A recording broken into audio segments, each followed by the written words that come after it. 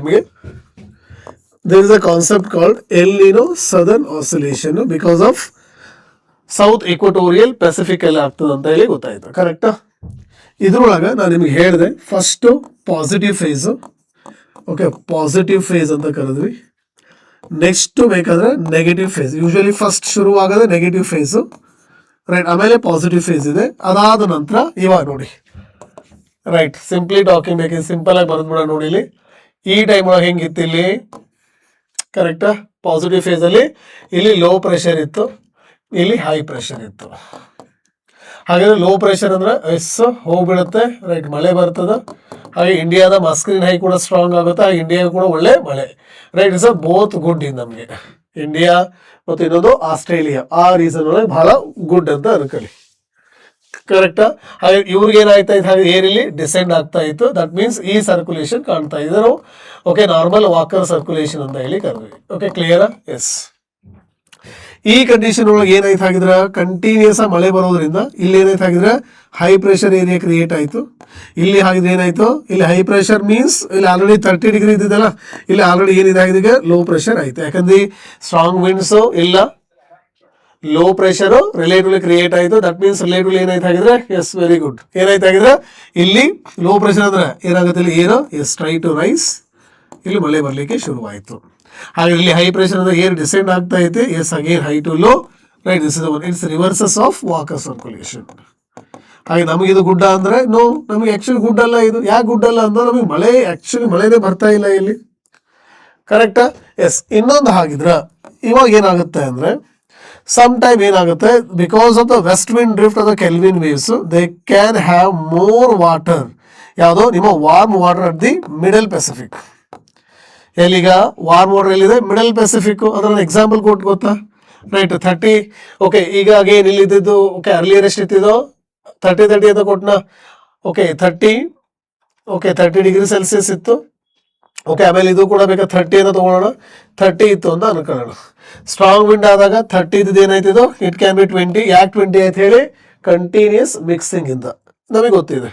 ಇದು 30 ಇತ್ತು, ಇದು ಕೂಡ 30 ಇತ್ತು. ಈ 30 ಇದ್ದಿದ್ದು ಕಂಟಿನ್ಯೂಸ್ ಆಗಿ ರೈನ್ಫಾಲ್ ಹೊಡೆಯೋದ್ರಿಂದ it can be again 20 degree Celsius ಆಯಿತು. ಕರೆಕ್ಟಾ? ಇವಾಗ ಹೇಳಿ ಹಾಗಿದ್ರೆ 20 ಇದೆ, 20 ಇದೆ, 30 ಇದೆ, ಟೆಂಪರೇಚರ್ ಜಾಸ್ತಿ ಎಲ್ಲಿ, ಎಸ್, ಇಲ್ಲಿ. ಹಾಗಿದ್ರೆ ಇಲ್ಲಿ ನಿಮ್ಮ ಆಟೋಮೆಟಿಕ್ಲಿ ಏನಾಗುತ್ತೆ ಹಾಗಿದ್ರೆ ಇಲ್ಲಿ ಏನು ಅಡಿಯಾಬೆಟಿಕ್ ಎಕ್ಸ್ಪ್ಯಾಂಡ್ ಆಗ್ತದ, ರೈಟ್. ಇಲ್ಲಿ ಏನಾಗುತ್ತೆ, ಮಳೆಯನ್ನು ತರಿಸ್ತದೆ ಆಸ್ ಯೂಶುವಲ್. ಕರೆಕ್ಟಾ? ಇಲ್ಲಿ ಆಗೈತೆ ಅಂದ್ರೆ it comes to again try to descend. ಏನಾಗುತ್ತೆ ಇದು, ಡಿಸೆಂಡ್. ನೋಡಿ ಹಾಗಿದ್ರೆ ಇದು ಕೂಡ ಅಗೇನ್ ಹೈ ಪ್ರೆಷರ್ ಇದೆ, means again high pressure to low pressure. ಇಲ್ಲಿ ಕೂಡ ಅಷ್ಟೇ ವಾರ್ಮ್ ಮೇಲೆ ಹೋಗ್ತದ, ಇಲ್ಲಿ ಮಳೆ ತರಿಸ್ತದ, ರೈಟ್. ಹಾಗಿದ್ರೆ ಇಲ್ಲಿ ಟೆಂಪರೇಚರ್ ಕಮ್ಮಿ ಇದೆ, ಈಗ ಹೈ ಪ್ರೆಷರ್, ಹಾಗಾಗಿ ಏನಾಗುತ್ತೆ ಇಲ್ಲಿ ಬಂದ್ಬಿಟ್ಟು ಡಿಸೆಂಡ್ ಆಗಿ ಮತ್ತೆ ಹೈ ಪ್ರೆಷರ್ ಕ್ರಿಯೇಟ್ ಮಾಡುತ್ತೆ. ಇಲ್ಲಿ ಹೈ ಪ್ರೆಷರ್ ಆಯಿತು, ರೈಟ್. ಹೈ ಪ್ರೆಷರ್ ಏರಿಯಾ ಇದೆ, ಅಧಿಕ ಒತ್ತಡ ಪ್ರದೇಶ, ಇಲ್ಲಿ ಕಡಿಮೆ ಒತ್ತಡ ಪ್ರದೇಶ. ಹಾಗೆ ಎರಡು ವಾಕರ್ ಸರ್ಕ್ಯುಲೇಷನ್, ಓಕೆ, ಯೂಶುವಲಿ ಅಥವಾ ರಿವರ್ಸ್ ವಾಕರ್ ಸರ್ಕ್ಯುಲೇಷನ್ ಫಾರ್ಮ್ ಆಗ್ತದೆ.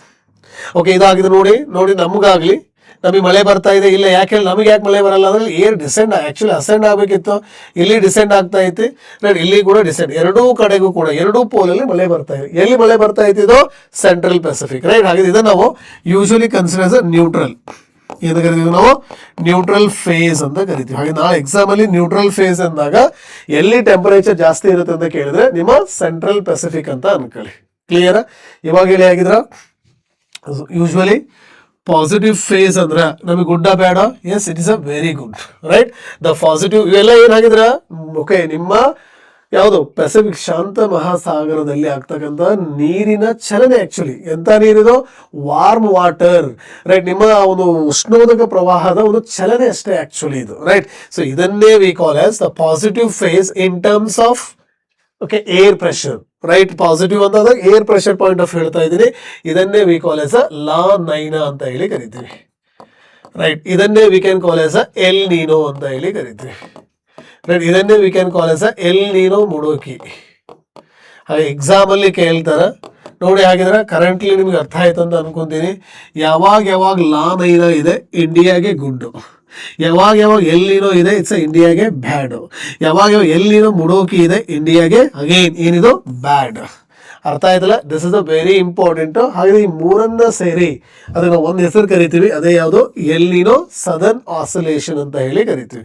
ಹಾಗಾದ್ರೆ ಈಗ ಏನ್ ನಡೀತಾ ಇದೆ, ಈಗ ಸದ್ಯ ಪರಿಸ್ಥಿತಿ ಏನಾಗ್ತಾ ಐತಿ ಅಂದ್ರೆ it is actually building El Niño.